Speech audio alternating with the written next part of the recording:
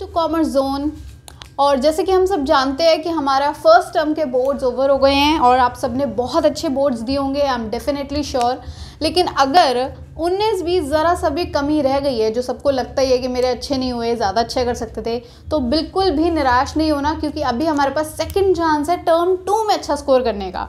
और हमारे बोर्ड्स होंगे ही होंगे, ये नहीं सोचना कि आप पता नहीं होंगे या नहीं होंगे, ऐसा कुछ नहीं है। टर्म 2 डेफिनेटली होने वाला है। आप देखिए कितना भी कोविड के केसेस आ रहे हैं, नहीं आ रहे हैं, लेकिन टर्म 1 हुए हैं, इसी तरह टर्म 2 भी होना है। तो फुल जोश के साथ हमें टर्म 2 की तैयारी करनी है, इसलिए बिल्कुल टाइम वेस्ट नहीं करना। और मेरे साथ हम लोग स्टार्ट करेंगे टर्म 2 के चैप्टर 1 एनपीओ के साथ। तो जैसा आप जानते हैं, हम अकाउंटिंग की सीरीज़ इस बार स्टार्ट कर रहे हैं और टाइम हमने वेस्ट नहीं करा है। बोर्ड ख़त्म होते के साथ ही देखिए हम नेक्स्ट वीक से आपके लिए वीडियो लेकर आ गए हैं, ताकि आप लोगों के लिए ज़्यादा टाइम अवेलेबल हो जाए प्रिपरेशन का, राइट। अब हम क्या स्टार्ट करने वाले हैं, हमारा जो चैप्टर 1 है टी एस ग्रेवाल का एनपीओ। अच्छा, इसमें मैंने स्लैश क्यों डाला है, इसका रीज़न ये है कि एन का मतलब होता है नॉन, नॉट फॉर, पी का मतलब होता है प्रॉफिट और ओ का मतलब होता है ऑर्गेनाइजेशन। आधे बच्चों को यही नहीं पता होता कि एनपीओ में अलग अलग वर्ड्स हैं, उनको लगता है एनपीओ कोई अपना ही अलग नाम है। सो एनपीओ का मतलब होता है नॉट फॉर प्रॉफिट, राइट। तो अभी तक हमने जो फर्स्ट टर्म में पढ़ा है वो पढ़ा है एडमिशन ऑफ पार्टनरशिप वाले चैप्टर्स, जिसके अंदर फंडामेंटल्स थे जो पूरी तरह से प्रॉफिट मोटिव पे बेस्ड है। वो ऐसे बिजनेस होते हैं जिसके अंदर हमारा मेन पर्पस क्या होता है, प्रॉफिट कमाना।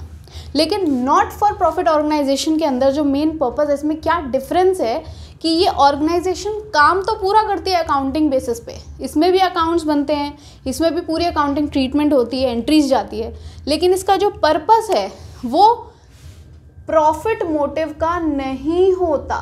वो क्या होता है, वो होता है वेलफेयर मोटिव।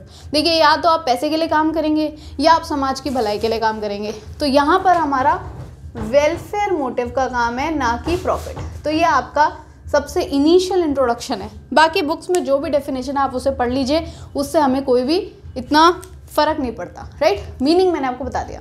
अब इस चैप्टर में हम क्या क्या पढ़ने वाले हैं, इससे शुरू करते हैं। आज पहली वीडियो है तो इंडेक्स के साथ शुरू करते हैं, राइट। देखिए, एनपीओ के अंदर मेजर 3 अकाउंट्स बनते हैं। पहला हम सीखेंगे रिसीट एंड पेमेंट अकाउंट बनाना। क्या होता है इसके अंदर, इसका पूरा अपना एक फॉर्मेट होता है। रिसीट का मतलब आप जानते हैं कि कितना पैसा बिजनेस के अंदर आ रहा है। बिजनेस को, मैं एनपीओ का ही बिजनेस की बात कर रही हूँ, इसका मतलब ये नहीं है कि हम प्रॉफिट मोटिव में आ गए हैं। कितना पैसा हमारी जो संस्था है, हमारी जो ऑर्गेनाइजेशन है जिसके लिए हम काम कर रहे हैं, वो आ रहा है।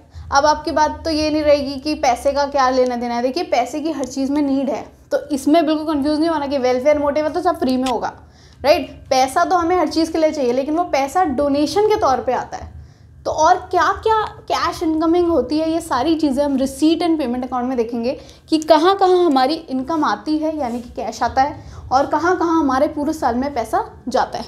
तो अगर मैं शॉर्ट फॉर्म में बताऊँ तो जैसा हमने 11th क्लास में कैश अकाउंट सीखा था ना, जो एक बिजनेस के अंदर कैश अकाउंट बनता है, पूरे साल कितना पैसा आया और कितना पैसा गया। बस कैश अकाउंट मंथली बेसिस पे, डेली बेसिस पे बनता है, और रिसीट एंड पेमेंट आपका एनुअल बेसिस पे बनता है। साल के एंड में जब हमारा अकाउंटिंग पीरियड ख़त्म होता है तब ये बनता है। तो उसी तरह से बस इसको रिलेट करके चलना है और आपके एकदम यूं 6 नंबर का क्वेश्चन क्लियर हो जाएगा। जिस तरह से कैश आएगा उसको हम रिसीट में समझ लेंगे और कैश जाएगा उसे हम पेमेंट समझ लेंगे। Clear, concept clear. आगे बढ़ते हैं।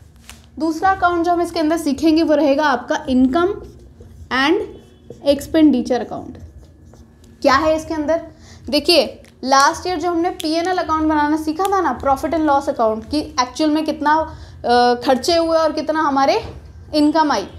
एक्सपेंडिचर मतलब खर्चे और इनकम मतलब जो हमारा पैसा अर्न हुआ है। तो कैश अकाउंट का मतलब इससे थोड़ा सा अलग होता है, ऑल्दो इनमें बहुत सारे आइकन्स जो है वो सिमिलर होते हैं, लेकिन इन दोनों में कुछ फ़र्क है। जैसे कैश अकाउंट जो है वो सिर्फ आना और जाना बताता है, कैश का इनफ्लो और आउटफ्लो बताता है। रिसीट एंड पेमेंट अकाउंट वही चीज़ बताता है, लेकिन इनकम एंड एक्सपेंडिचर हमारे अक्रूवल बेसिस ऑफ अकाउंटिंग को कंसिडर करता है।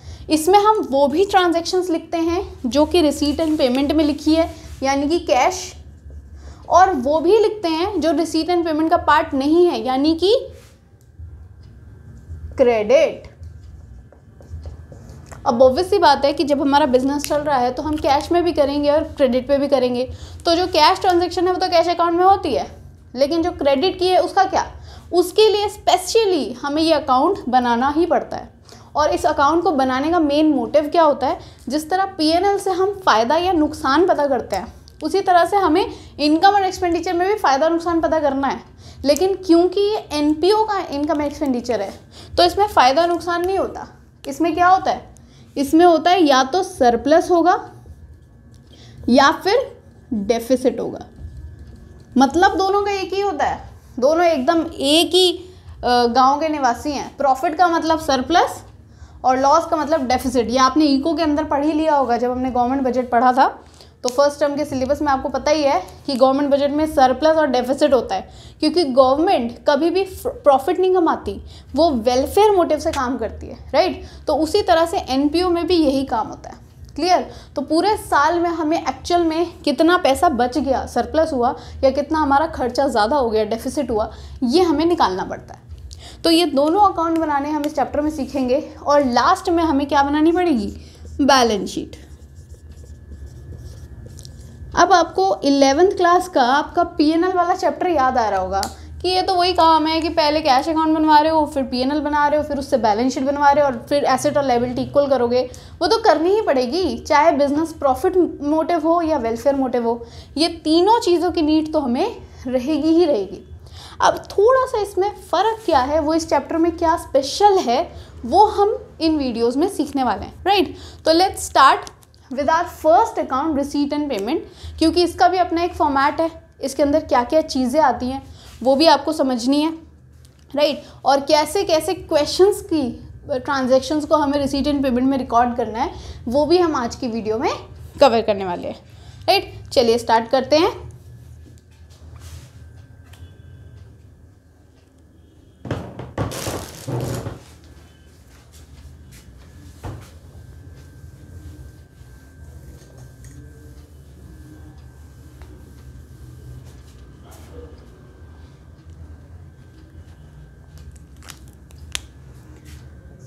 Receipt and payment account format के लिए हमें वही पुराना काम करना है। सबसे पहले हमारी रहेगी पर्टिकुलर्स,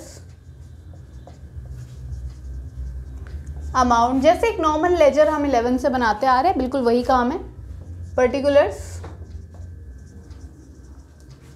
अमाउंट। रेफरेंस के लिए आप लोग अपने बुक्स में फॉर्मेट देख सकते हैं, उसमें बहुत सारे आइटम्स हैं। कई बार बच्चे कंफ्यूज हो जाते हैं, इसीलिए मैं शॉर्ट फॉर्म में ही बताऊंगी, क्योंकि बहुत ज़्यादा चीज़ें हमें सीखने की ज़रूरत नहीं है।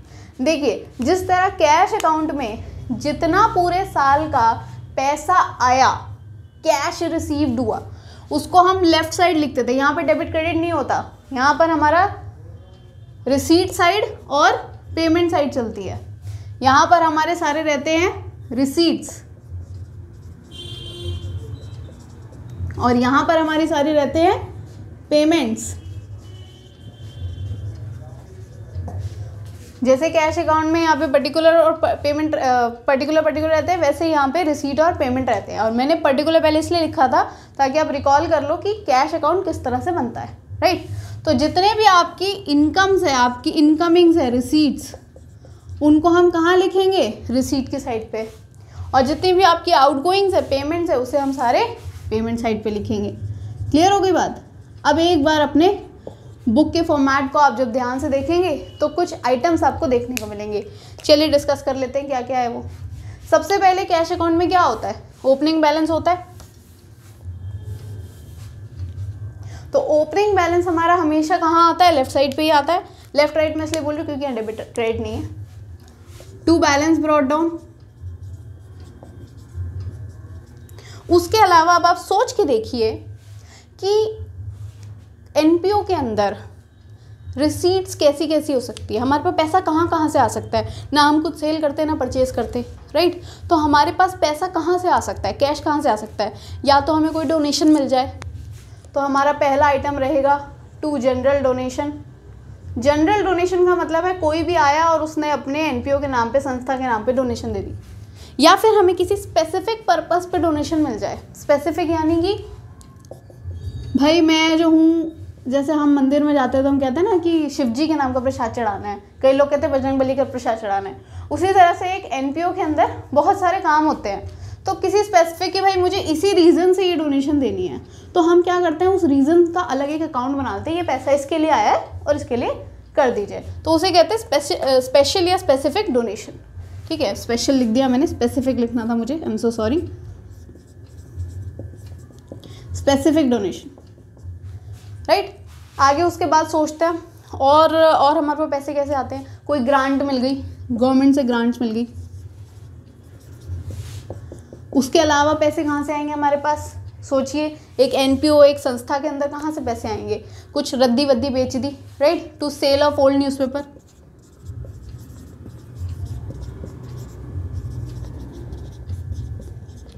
और इस तरह के n नंबर ऑफ ट्रांजैक्शंस हो सकती हैं। हमें कोई कमीशन मिल गई, हमें कुछ एक्स्ट्रा ऊपर की इंटरेस्ट रिसीव हो गया, हमने कहीं पे इन्वेस्ट करा होगा संस्था ने, डिविडेंड रिसीव हो गया, तो मतलब ऐसी कोई भी चीज़ें।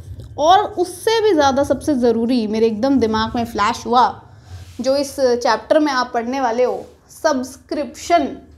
सब्सक्रिप्शन का मतलब कि हमारे एनपीओ में जितने भी मेंबर्स हैं वो हर साल कुछ कुछ पैसा एनपीओ के नाम पे सब्सक्राइब करते हैं। जैसे आप लोग मेरा चैनल सब्सक्राइब करोगे मेरी वीडियो देखने बाद, उसी तरह से सब्सक्रिप्शन हमारी सबसे मेन सोर्स ऑफ इनकम है एक एनपीओ की। उसके अलावा आप कोई भी इनकम डाल सकते हैं। भाई देखिए, XYZ कोई भी तरह की इनकम आ सकती है, हर चीज़ तो मैं लिख नहीं सकती बोर्ड पे, जितने पास मेरी जगह थी मैंने सारी आपको टाइप्स ऑफ रिसीट्स बता दी, राइट। अब हम पेमेंट्स की तरफ आते हैं। तो खर्चे बताइए किस तरह के हो सकते हैं एक रिसीट एंड पेमेंट अकाउंट में। खर्चों के लिए हमारे पास हो सकता है हम किसी को सैलरी दे दें, छोटे मोटे जो क्लर्क, स्टाफ है वगैरह वगैरह वगैरह। तो अच्छा, सैलरी भी यहाँ पे ना एक अलग नाम से दिखाई जाती है। सैलरी आपको कम देखने को मिलेगी और ऑनरेरियम ज़्यादा मिलेगा, राइट। तो ये आप एक नई चीज़ सीख रहे हो यहाँ पे, बाय ऑनरेरियम। क्या होता है ये? देखो कभी कभार क्या होता है ना, जब हमारे थोड़े सीनियर स्टाफ होता है, हमारे पास कुछ काम करता है, तो हम उन्हें पैसे नहीं दे सकते क्योंकि हमें लगता है कि अब इसको क्या पैसे दे, ये तो हमसे भी पुराने हैं। तो हम उनको कहते हैं कि आपके लिए थोड़ा सा ये गिफ्ट है, आपके लिए थोड़ी रिस्पेक्ट है, एक एनवेलप में डाल के दे देते हैं, तो उसको कहते हैं ऑनरेरियम। आगे बढ़ जाते हैं, और क्या खर्चे रहेंगे हमारे। और अगर हमने कोई रेंट भर दी, या हमने किसी को इंटरेस्ट पे करना था, या XYZ कोई भी आपका खर्चा हो गया एनपीओ के नाम का, चाहे वो खर्चा शॉर्ट टर्म हो चाहे वो खर्चा लॉन्ग टर्म हो। अच्छा, एक और चीज़ यहाँ पर, आपके रेवेन्यू और कैपिटल, फिर से आप कहोगे गवर्नमेंट बजट पे लेकर आ गई मैम, हमें वो भी समझ नहीं आया था ठीक से। देखिए, रेवेन्यू का मतलब होता है वो खर्चे जो हर साल होते हैं, जैसे कि हर साल सैलरी देनी है, हर साल रेंट देनी है। और कैपिटल का मतलब होता है वो खर्चे जो कि हम कभी कभार करते हैं, जैसे कोई एसेट परचेज कर लिया। जैसे यहाँ मैं XYZ की जगह लिख देती हूँ कि अगर सपोज हमारी किसी भी चीज़ की, हमने कोई प्लेग्राउंड खरीद लिया, अगर हमारी स्पोर्ट्स की NGO है तो हमने प्लेग्राउंड खरीद लिया, टू परचेज ऑफ प्लेग्राउंड, या हमने कहीं पे इन्वेस्ट कर दिया, प्लेग्राउंड परचेज कर लिया, या हमने कोई भी एसेट खरीद लिया, चाहे वो बुक्स हो, चाहे वो हमारे डांस करने के लिए जाओ। अलग अलग तरह की एनपीओ होती है, जब हम चैप्टर करेंगे तो आपको पता चलेगा कि डांस एकेडमी भी एनपीओ होती है, या फिर लाइब्रेरी बना रहे हैं वो भी एक एनपीओ है, तो उसका भी खर्चा पूरा लगता है, राइट। तो कोई भी हमने एसेट परचेज कर लिया, एसेट यहाँ पर हमारा ना मैं लिख देती हूँ, ये आपका कैपिटल नेचर का रेवेन्यू है, पेमेंट है, सॉरी, यह आपकी कैपिटल पेमेंट है। इनके आगे मैंने अलग से CP लिख दिया क्योंकि इस अकाउंट में इसकी खासियत क्या है कि इस अकाउंट में हम रेवेन्यू खर्चे भी लिखते हैं और हम कैपिटल खर्चे भी लिखते हैं, जबकि इनकम एंड एक्सपेंडिचर जो हम बनाएंगे उसमें सिर्फ हम 1 साल का यानी कि सिर्फ रेवेन्यू ही लिखेंगे। ये दोनों चीज़ें बहुत ज़्यादा बच्चे कॉम्प्लिकेट हो जाते हैं, इसमें बिल्कुल ध्यान से समझना है, इसलिए मैंने अलग से भी लिख दिया। चाहे वो रेवेन्यू हो चाहे वो कैपिटल खर्चा हो, आपको दोनों, बस वो कैश होना चाहिए, उधारी आनी चलती, कैश होना चाहिए, रिसीट एंड पेमेंट, वो दोनों इसके अंदर रिकॉर्ड होंगे, राइट।